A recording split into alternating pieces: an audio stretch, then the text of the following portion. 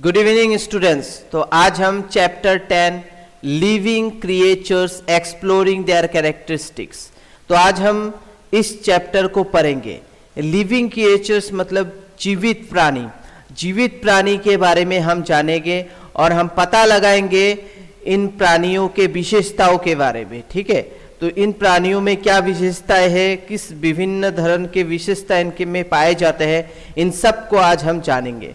तो चलिए अब हम स्टार्ट करते हैं। अवधि and Ayush go for a morning walk with their parents. अवधि और आयुष जो है दोनों अपने माता पिता के साथ मॉर्निंग वॉक करने चले गए।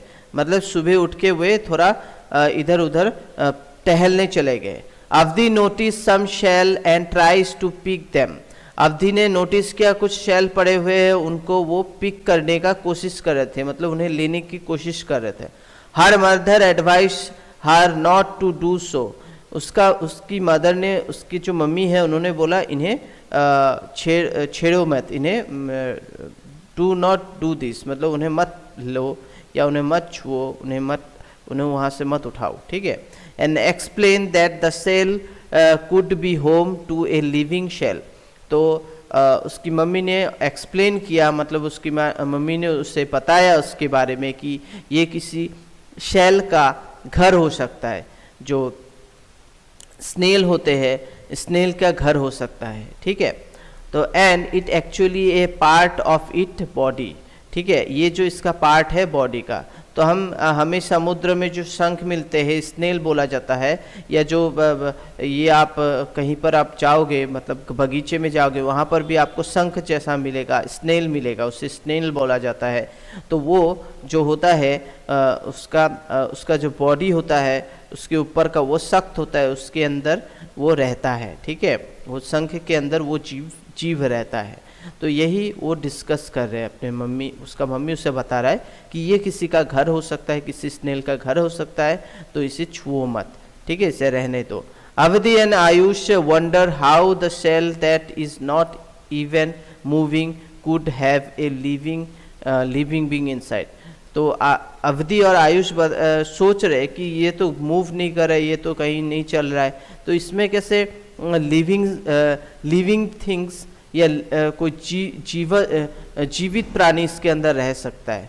तो ये वो सोच रहे अंदर।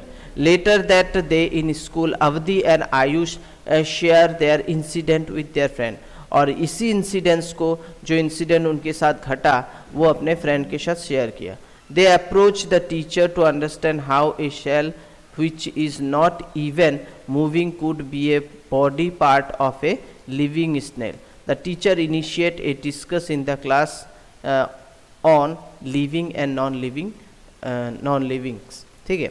तो आयुष और ये जब वो अपने डिस्कस कर रहे थे इन बातों को, तभी उनके टीचर को भी बताया, और टीचर से अप्रोच किया कि ऐसा होता है क्या कि कोई बॉडी पार्ट मूव ही नहीं कर रहा है, कोई स्नेल का ऊपर ही जो सख्त परत है वो मूव नहीं कर रहा है, और इसके अंदर कैसे एक जिंदा स्नेल रहेगा। तो जो टीचर है वो इनिशिएट करते हुए लिविंग, मतलब जो टीचर है वो अब उनको बता रहे हैं कि लिविंग और नॉन लिविंग थिंग्स कैसे होते हैं, किस प्रकार के होते हैं। इन सब बातों को वो डिस्कस करना स्टार्ट किए। अब चलिए आगे चलते हैं। Activity 10.1 let us record. यहाँ पर 10.1 यहाँ पर हम रिकॉर्ड करेंगे। ठीक है, चलिए आगे बढ़ते हैं। We are surrounded by numerous thing. हमारे आसपास न्यूमरस थिंग है, मतलब कई सारे थिंग्स हैं, लिविंग नॉन लिविंग थिंग्स है। Just look around in your classroom and you may find many example. और आपके क्लासरूम के आसपास, क्लासरूम के बाहर आपको कई सारे इस तरह की चीज़ मिलेंगे। ठीक है। The pencil that you are hold. जो पेंसिल आपने होल्ड किया हुआ है, आपके पास जो पेंसिल है। The book that you are reading, और the pigeon near the window. और जो पिजन, जो कबूतर जो आपके खिड़की के पास है। तो ये सब चीज़ हमारे आसपास है। तो इसमें से कौन सा चीज़ मतलब आप कैसे बोल सकते हो ये लिविंग नॉन लिविंग है। ठीक है। तो यहाँ पर अब आगे चलते हैं। List them in table 10.1। यहाँ पर लिस्ट बनाने के लिए बोला है। आपके क्लासरूम के आसपास जो भी आपको लिविंग नॉन लिविंग मिलता है, मतलब जो हिल रहा है नहीं हिल रहा है, जो भी चीज़ आपके आसपास है उनका एक लिस्ट बनाना है। And identify each of them as living और non living on the basis of your understanding in column 2। तो आपको कॉलम 2 में, ये जो कॉलम 2 में है इसमें आपको नॉन लिविंग लिविंग के बारे में लिखना है। जैसे पेंसिल ये नॉन लिविंग हो गया, बुक नॉन लिविंग हो गया, पिजन लिविंग हो गया, कार नॉन लिविंग हो गया, प्लांट्स लिविंग हो गया। ऐसे आपके पास आपको जो जो चीज़ आपके पास चीज़ें आपको दिखता है उनको आपको लिखना है और आइडेंटिफाई करना है कि वो लिविंग थिंग्स है या नॉन लिविंग थिंग्स। ठीक है।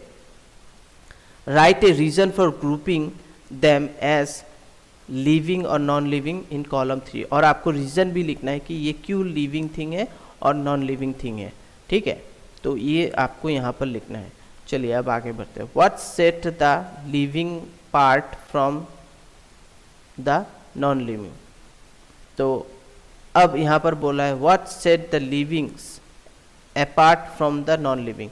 तो आप कैसे सेट करेंगे कि एक लिविंग जो है वो एक नॉन लिविंग से अलग होता है। तो क्या आपको स्पेशल या क्या चीज़ आपको उसमें दिखता है कि यह लिविंग है। तो look at table 10.1। Why do you think a pencil is non living but a pigeon is living. What do you think are the difference between living beings and non living things according to you. तो आपको आपको क्या difference मिलेगा, क्या difference आप सोचोगे कि living और नॉन लिविंग्स में क्या डिफरेंस हो सकता है, कैसे आप इनको डिफाइन करोगे। ठीक है। What similarities do the identify living beings share with each other. और लिविंग थिंग्स है या लिविंग बींग्स है उसमें क्या सिमिलरिटीज है वो भी आपको बताना है। ठीक है। You may have identified movement as one of the similarities among living beings. You have also seen car move on a road. ठीक है। तो आप आइडेंटिफाई करके लिविंग बींग्स के सिमिलरिटीज़ बताइए। लेकिन एक कार जो मूव हो रहा है क्या ये लिविंग है। कार क्या एक लिविंग थिंग्स है। लिविंग हम बोलेंगे जिंदा जीवित प्राणी है। List the task that you can do but A car can not. ठीक है। तो कार तो लिविंग बींग्स में वो गिरता नहीं है ना। तो कैसे करके आप इनको आइडेंटिफाई करेंगे, तो उन टास्क को आप कैसे लिखेंगे। ठीक है। You are a wonderful example of living beings. Whenever you attempt a group things around you as a living or non-living, you can compare them with yourself. तो ये एक वंडरफुल सोच है। ठीक है। हम काफ़ी इजीली इन सबको आइडेंटिफाई कर सकते हैं कौन सा लिविंग नॉन लिविंग थिंग्स है। ठीक है। तो which character help you in which characters help you in differentiating yourself from a car। तो एक कार से आप कैसे डिफ्रेंशिएट कर सकते हैं कि ये लिविंग है या नॉन लिविंग है। ठीक है ना। तो for instance A car does not grow. एक कार ग्रो नहीं कर सकता है। ठीक है। एक कार को हम एक कार डज नॉट ग्रो। ठीक है। कार कभी ग्रो नहीं करेगा, वो जैसा का है वैसा ही रहेगा। ठीक है। और उससे वो जो मूव करता है वो भी कोई आदमी द्वारा ही मूव होता है, वो खुद मूव नहीं होता है। तो ये सारे डिफरेंस है जिससे हम मालूम कर सकते हैं कौन सा लिविंग कौन सा नॉन लिविंग थिंग्स है। इसके बाद does it means it non living. Now which characteristic have you use to classify a car as a non living. तो यहाँ पर बोला है नाउ हम क्लासीफाई कर सकते हैं कि कार एक नॉन लिविंग थिंग्स है। ठीक है। Continue your discussion in a similar way to identify the essential characteristic of living beings। तो अब हमको क्या करना है, हमें डिस्कस करना है similar way to identify. Same तरीके से हम आइडेंटिफाई करेंगे और भी जो चीज़ हमारे आसपास है लिविंग बींग्स जो है उनके साथ। ठीक है। What are some common characteristic that makes living beings very different from the non living things. Let us learn about them. तो चलिए अब हम नॉन लिविंग थिंग हम कैसे डिफरेंस क्रिएट कर सकते हैं नॉन लिविंग और लिविंग थिंग्स में, और कैसे आइडेंटिफाई कर सकते हैं कौन सा लिविंग थिंग्स है, ठीक है, कौन सा लिविंग बींग्स है। Can we consider movement as one of the characteristic to differentiate between the living and non living. जो मूवमेंट होता है किसी भी चीज़ का, तो उससे हम लिविंग और नॉन लिविंग में डिफरेंस पैदा कर सकते हैं जब वो मूव करता है। List 5 things around you that can move on their own. जो चीज़ मूव अपने आप होता है, ठीक है, तो उनका लिस्ट आपको लिखना है। Do you think that all 5 things that you have listed can be, जो भी आप 5 चीज़ लोगे वो खुद ब खुद चलने लगता है, वो मूव होने लगता है ना। Do you think that all 5 things that you have listed can be considered as a living just because they can move on their own।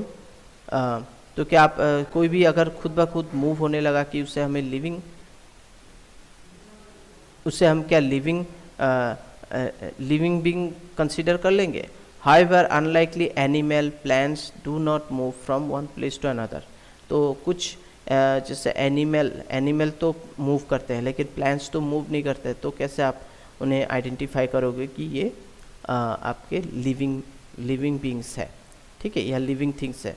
Do you consider them as a livings. तो आप कैसे consider करोगे कि plants भी living things या living beings हम उसे consider करेंगे। Even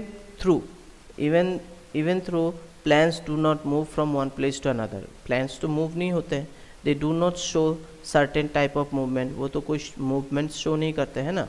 opening of flower is one of the example of movement in plant.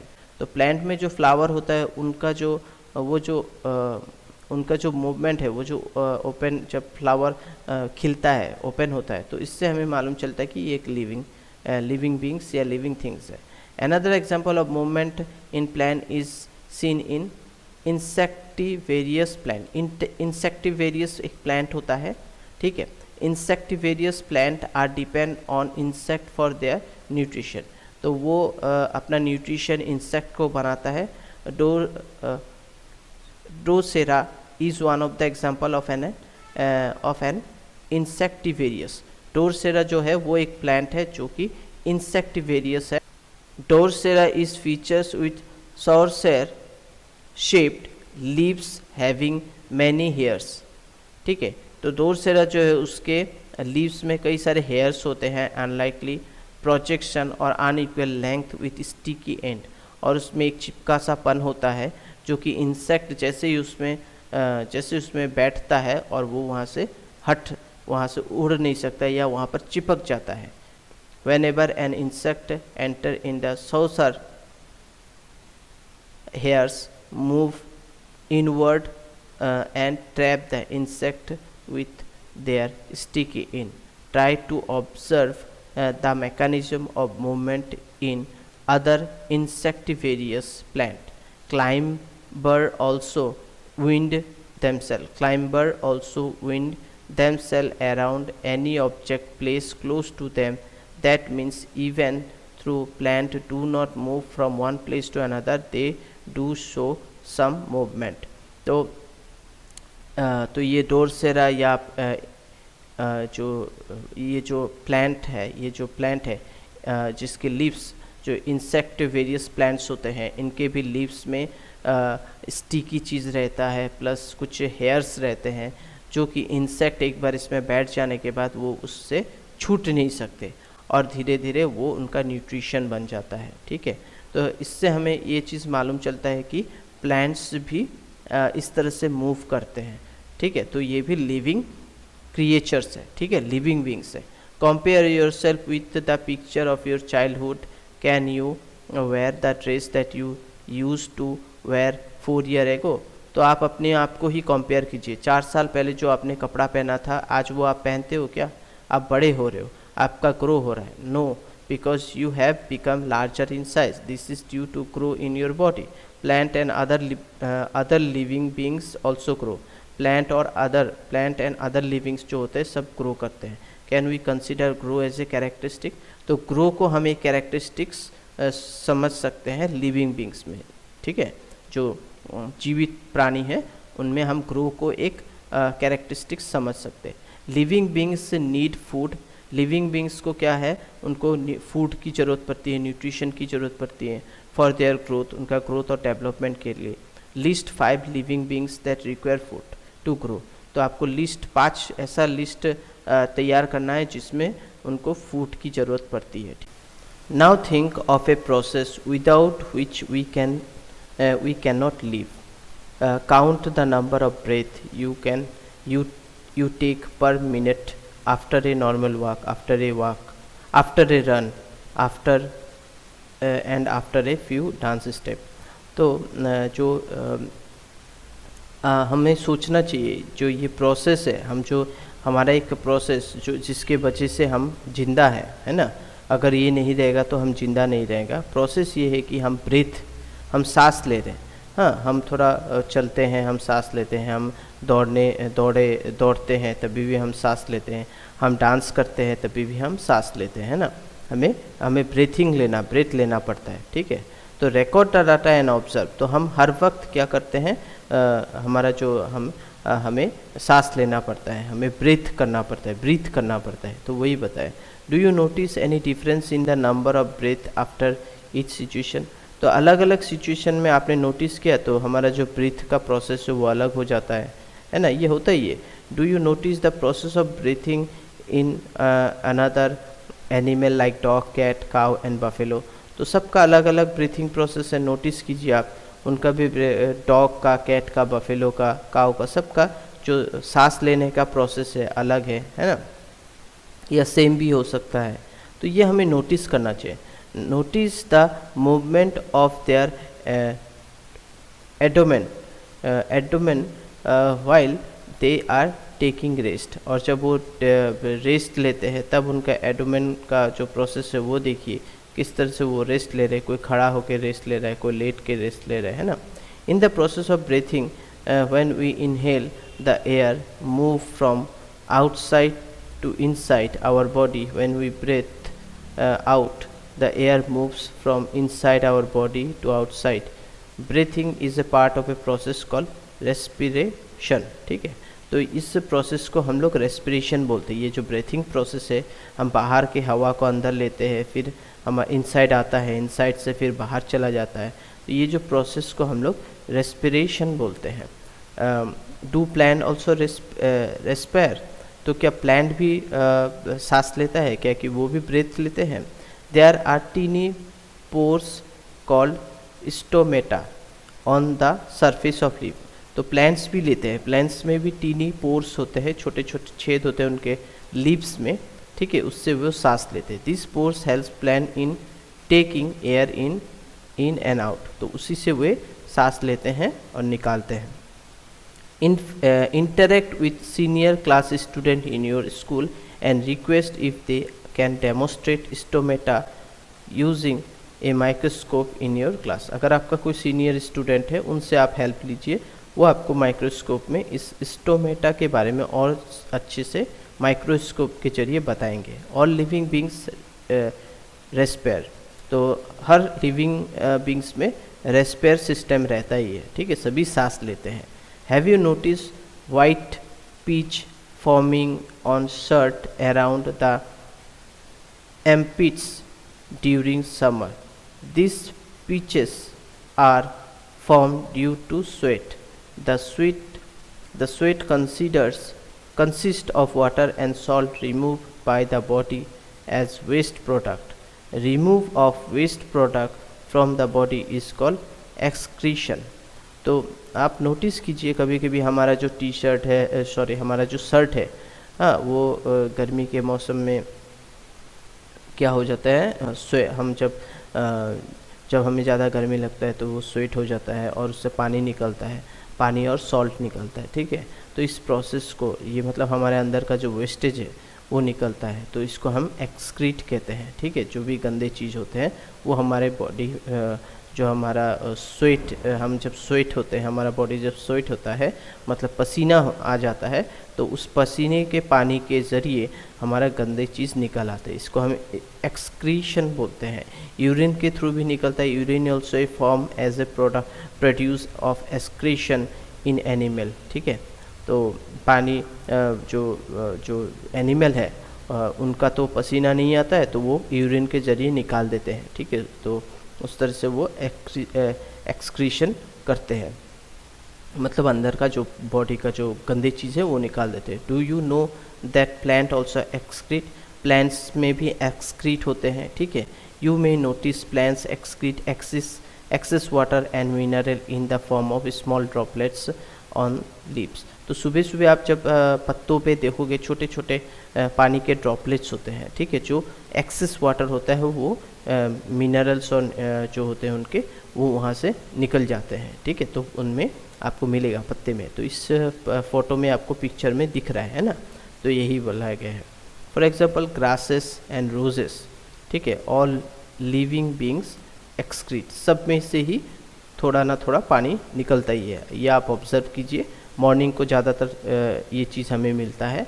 Definitely आपको पानी पत्ते पे हल्का सा एक ड्रॉपलेट पानी या हल्का सा पानी मिलेगा ही। Let us look at another characteristic. What is your reaction if you unexpected step on a sharp object such as a thorn while walking without shoes.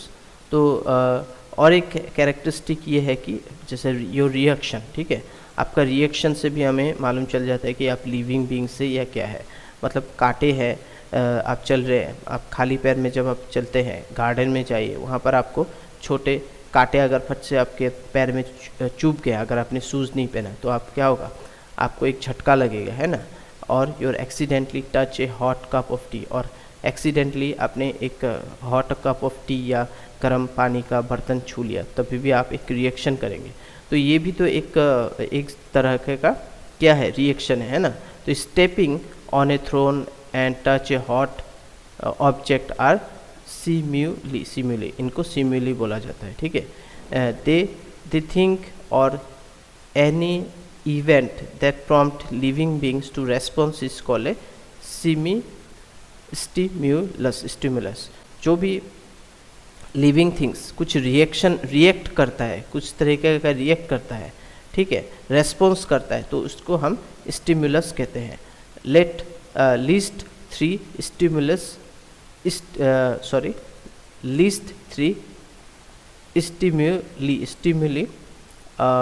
plural of stimulus, any your body's instant response to them। तो stimulus का मतलब यही है कि response देना, मतलब आपको कुछ एक गर्म चीज़ आपने छू लिया या ठंडा चीज़ छू लिया और आपका बॉडी एक रिएक्ट किया, आपका चेहरे में एक रिएक्शन आ गया, तो या रेस्पॉन्स आपने दिया, ठीक है, तो उसी को हम स्टिमुलस कहते हैं। Do plant also response to the stimuli? Yes, plant also response to stimuli, ठीक है। तो प्लांट्स भी सेम रेस्पॉन्स देते हैं, तो उसमें भी स्टिमुली होते हैं, ठीक है। तो for example touch me not, ये जो देख रहे हैं ये बहुत ही आप बोल सकते छुई मुई बोला जाता है ना, मिसमोसा बोला जाता है। तो ये प्लांट अवेलेबल है, गार्डन्स में है या पार्क में मिलेगा आपको, वहाँ पर जाइए, आपको ये डेफिनेटली आपको जैसे आप इसको छुएंगे ऑटोमेटिकली इसका जो पत्ते हैं वो क्या होते हैं, मुरझा जाता है थोड़ी देर के लिए, है ना। Plants fold their leaves when we touch them. Have you also observe that certain plants fold their leaves after sunset? कुछ ऐसे भी प्लांट्स है आपने देखा होगा, ठीक है, जिनका जैसे सनसेट हो जाता है तो उनका जो पत्ते वो उनका जो पत्ते हैं वो फोल्ड हो जाते हैं। Specially the leaves of certain plants facing each other trend to come together. This can be observe in the sleeping leaves of amla. तो आंवला का जो पेड़ है वो इस तरीके का आप देख सकते हो, उस पेड़ में इस तरह से हम ऑब्जर्व करेंगे तो देखेंगे कि उनका जो पत्ते हैं वो मुरझा गए हैं या फोल्ड करके रख दिया उन्होंने। फिर जैसे ही सुबह हो जाएगा फिर से वो फैल जाएंगे, है ना, वो जो फोल्ड था वो फिर से फैल जाएंगे। All living beings response to stimuli, ठीक है, जितने भी लिविंग बींग्स है सभी रेस्पॉन्स करते हैं, स्टिमुली करते हैं, मतलब रेस्पॉन्स टू आपको रिएक्ट करके बताएंगे, ठीक है। उसके बाद find a few more plants in your neighbourhood which fold their leaves after sunset. तो आपको कुछ फाइंड आउट करना है, आपके आसपास अगर कोई पेड़ पौधे हैं जो कि सनसेट के बाद फोल्ड हो कर लेते हैं अपने पत्तों को, तो आपको वो ऑब्जर्व करना है और लिखना है। Why do the leaves of छुई मुई and Amla plant response in this way, which stimulus could be response for their behavior. Have you seen young one of cat, dog or other animal? List young ones of 5 different animal. Have you seen young one of any non-living things such as a pencil, chair or a electric bulb? All living beings reproduce. Reproduction is a process of producing new one of one's own kind. Why is reproduction necessary? It is necessary for the continuity of life. When a living being is not able to exhibit all the above mentioned characteristics, despite the ability of all resources like food, air, water needed for being alive, it's said to be dead. From the above discussion, we can understand that all living beings share some common characteristic. For example, all living beings show movement, they need food and grow. They grow and they grow. They also respire, reproduce, excrete, response to stimuli and eventually die. Absence of any of these features indicate that they are non-living things. Now that you know how to identify a living beings, fill up the remaining 2 columns 4 and 5 for table 10.1 and complete the activity. In which category would you place a sheet, living or non-living? Why? Let us explore how a seed germinated to observe some of these essential characteristic in plant. तो यहाँ पर यही बोला गया है कि जैसे छुई मुई को हमने छूने से किस तरह से रेस्पॉन्स मिलता है ना, पेड़ पौधों में भी रेस्पॉन्स होता है। तो ये पूरे ये जो है ये इन सब को मिलाकर ही हम इनको हम एक्सप्लोर करने के बाद अब हमको मालूम चल गया कि ये सब लिविंग बींग्स है, ठीक है। फिर रिप्रोडक्शन, ठीक है, रिप्रोडक्शन एक कंटिन्यूटी प्रोसेस है लाइफ का, ठीक है। फूल एक बार फूल पहले फूल आता है, फिर फूल एक दिन के बाद वो मुरझा जाता है, फिर उसी पेड़ में और फूल आते हैं, ठीक है, कली आते हैं, फिर फूल खिलते हैं। इसी तरह से कोई भी जीव जंतु अपने बच्चे होते हैं उनके, इनसे क्या होता है और उनका जनसंख्या बढ़ता है। तो इस तरह से सब चीज़ों को हम इन जो चीज़ इस तरह के बर्ताव करते हैं, इन तरह के कैरेक्टर जिनमें होगा तो उन्हें हम लिविंग बींग्स कहते हैं, ठीक है। और लिविंग बींग्स जब एक वक्त के बाद जब वो अपना खाना ठीक है, खाना पीना छोड़ देंगे, वो कम्प्लीटली इन ब्रीथिंग लेना छोड़ देंगे या अपना रिप्रोडक्शन करना बंद कर देंगे, तो उसको हम डेड बोलेंगे। लिविंग बींग्स में उसको हम क्या बोलेंगे, वो मर चुका है, उसका और अस्तित्व नहीं है, वो ख़त्म हो चुका वहाँ पर।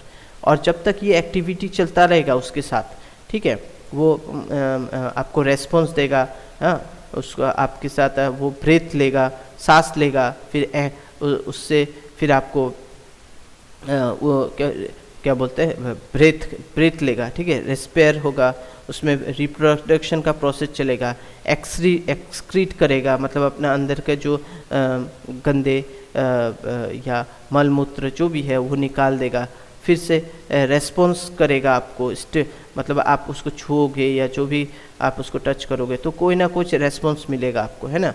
तो ये सब जो इवेंचुअली अगर ये सब होता रहेगा तो वो जिंदा है, और उसके बाद एक वक्त के बाद वो अगर ये सब प्रोसेस नहीं है उस पर, तो वो हम समझ लेंगे वो लिविंग बींग्स मर चुका है, वो उसका डेड हो चुका है वो, ठीक है। तो और जो नॉन लिविंग थिंग्स है वो ये सब इंडिकेट करेगा ही नहीं, ना उसमें ब्रीथिंग का प्रोसेस है, ना वो रिप्रोडक्शन करेगा, ना वो ग्रो करेगा, कुछ भी नहीं करेगा। तो आपको अब पूरा का पूरा मुझे लगता है पूरा समझ में आ गया है।